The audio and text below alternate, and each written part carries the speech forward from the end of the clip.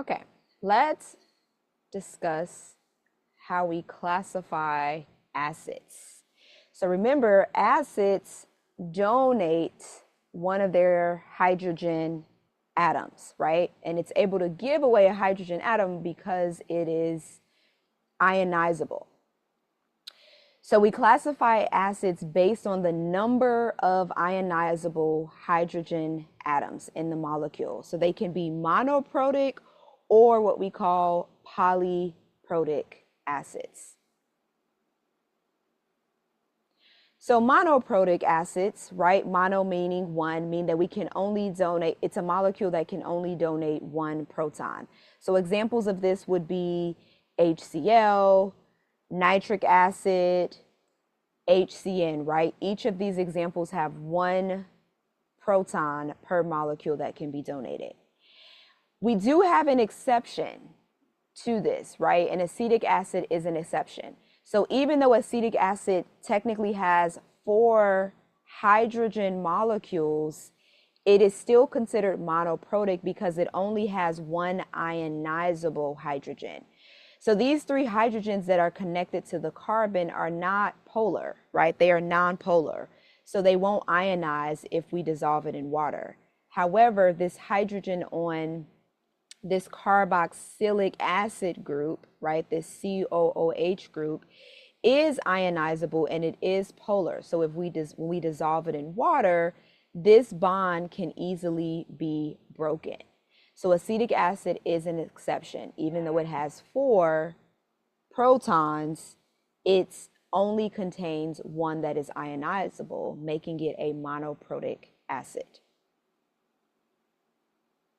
Now, polyprotic acids, right, contain more than one. They contain multiple ionizable hydrogen atoms. And they typically dissociate in multiple steps, So we end up having more than one ionization step. So here are some examples.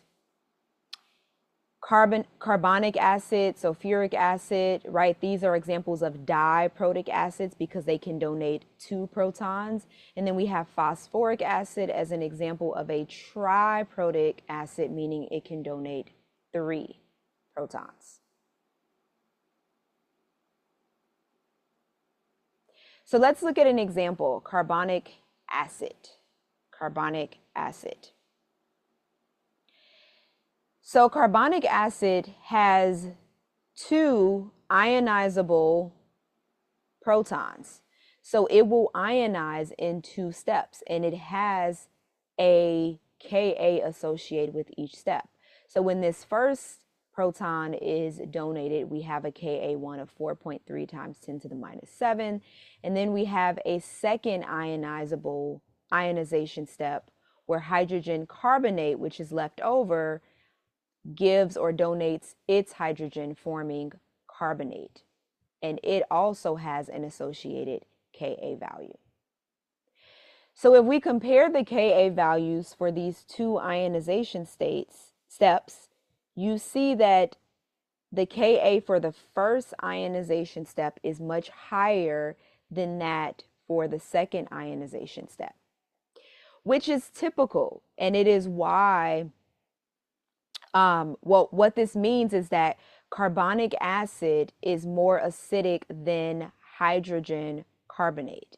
And we see that reflected in the Ka value.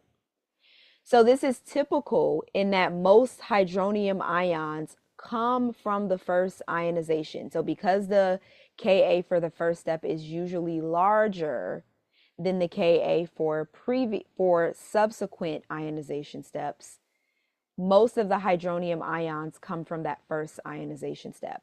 So we use the first ionization to calculate the concentration of our hydronium ions. We use the first ionization to calculate the concentration of our hydronium ions. So let's look at an example with carbonic acid. So in carbonated water, the solution is acidic because the CO2 reacts with water to form carbonic acid. So we want to calculate the concentration of hydronium ions, the hydrogen carbonate as well as carbonate, at equilibrium in a saturated solution of CO2. So they give us the initial concentration of carbonic acid, which is 0.033 molarity. So we're going to first look at the first ionization step because we know that that is where most of our hydronium ions will come from. So we'll set up our ICE table. So here's our reaction. We have the initial concentration of carbonic acid. Initially, we have 0 concentration of our hydronium ions and hydrogen carbonate. So we calculate the change as minus X on our reactant side plus X on our product side. So we have the algebraic expressions that is associated with our equilibrium concentrations. So we can set up our K expression, concentration of products over reactants, and plug in our algebraic expressions at equilibrium. So because our Ka is 4.3 times 10 to the minus 7, this is really small. So we can make our simplified assumption, which is that X is very small relative to 0.033. So we're going to reduce this now to X squared over 0.033. And then we'll solve for X, and we find that X is 1.2 times 10 to the minus 4. And remember, you can check the simplified assumption by comparing the concentration that we get in making that assumption to our initial concentration, dividing it by our initial concentration times 100. And if that is less than 5%, we can make this assumption. So we have our X value, which corresponds to the concentration of hydronium and hydrogen carbonate. So now we'll look at the second ionization step to find the carbonate ion concentration. So we already know we found the concentration of our hydronium ions as well as hydrogen carbonate on the previous slide. We know the Ka associated with this second ionization step. So we can simply rearrange this expression to solve for the concentration of our carbonate ion. And when we plug in everything that we know, we get 4.7 times 10 to the minus 11 molarity.